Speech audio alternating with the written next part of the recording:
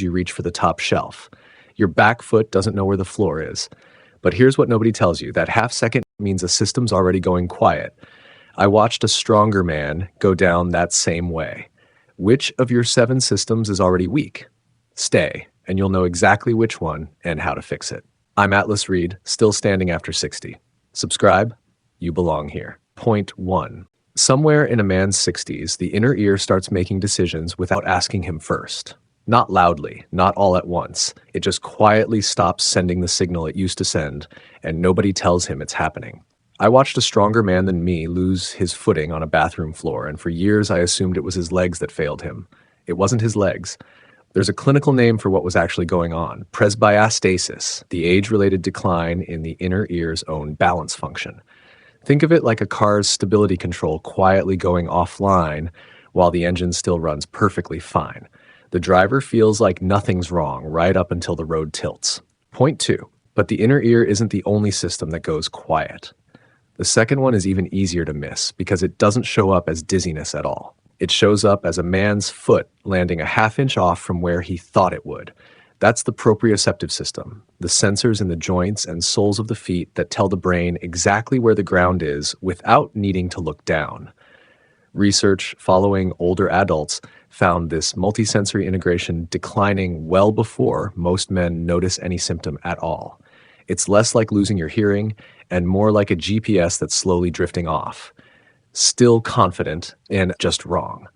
A man in his 60s can walk across a familiar room 1,000 times without issue, then misjudge a single uneven curve by half an inch, and that half inch is the whole story. And here's the part that should stop you. None of this shows up on a standard physical, because nobody's checking for it. Point 3, muscle is the third piece, and this is the one men actually feel, because it costs strength, not just balance.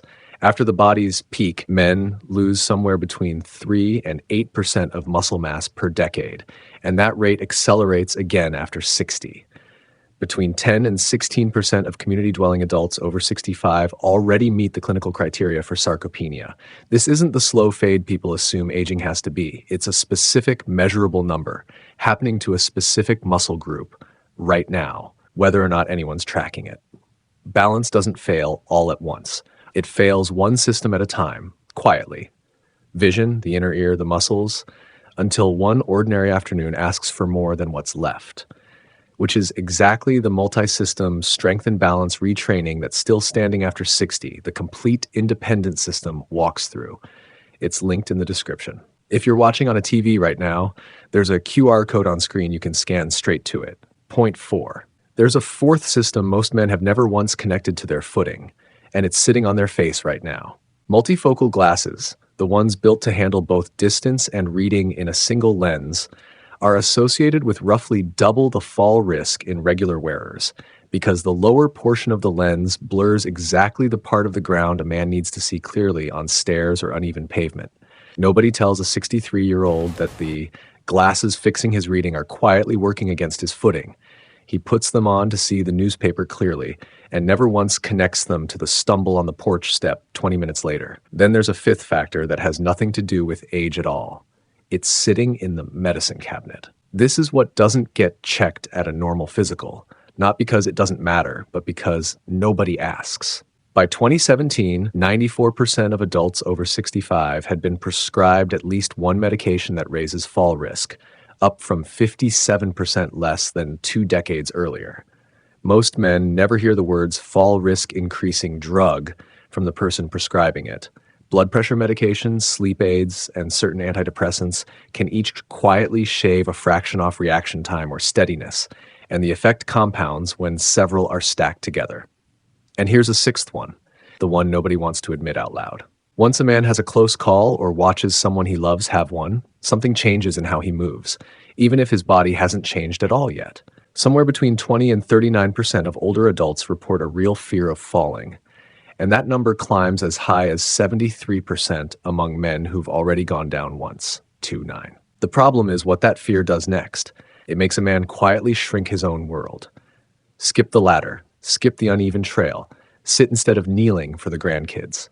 And every one of those small avoidances trains the exact systems we've been talking about to get weaker, not stronger. The fix was never waiting for the fear to vanish. It's building enough practice that the fear stops being the one making the decision.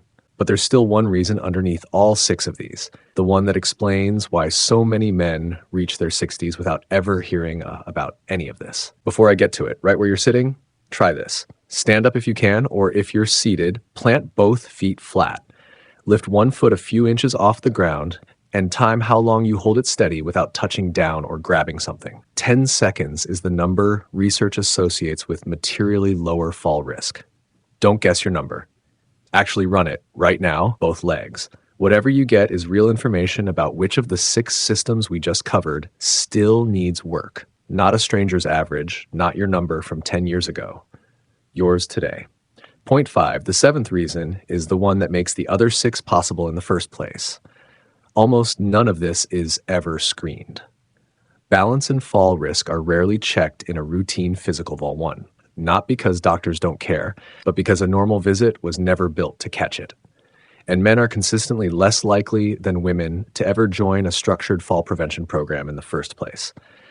So the 6 systems above keep declining in silence, one appointment at a time, until a single ordinary afternoon collects on all of them at once. None of this is here to frighten you. It's here so you can make one clean decision.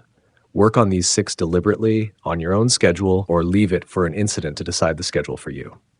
A man who understands his own 6 systems and trains them before they're tested by a bad step isn't managing decline. He's simply a man who stays standing on his own terms for the people counting on him too. That bathroom floor didn't take my father's strength. It took his certainty. That's the real cost hiding inside all 7 of these reasons.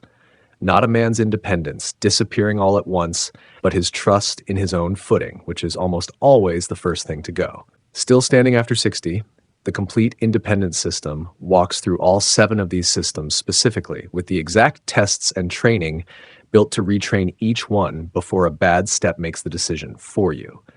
It's linked in the description below, and the QR code is on screen now for anyone watching on a TV. The real cost of waiting here isn't dramatic. It's just compounding. Every year one of these 6 systems goes untrained is a year further behind, and every system on this list responds better to training started before a fall than to rehab started after one. If this is the kind of training intelligence you want every week, subscribe. We put out videos weekly, and every one is for men serious about staying independent. I'm Atlas Reed. Keep doing the work.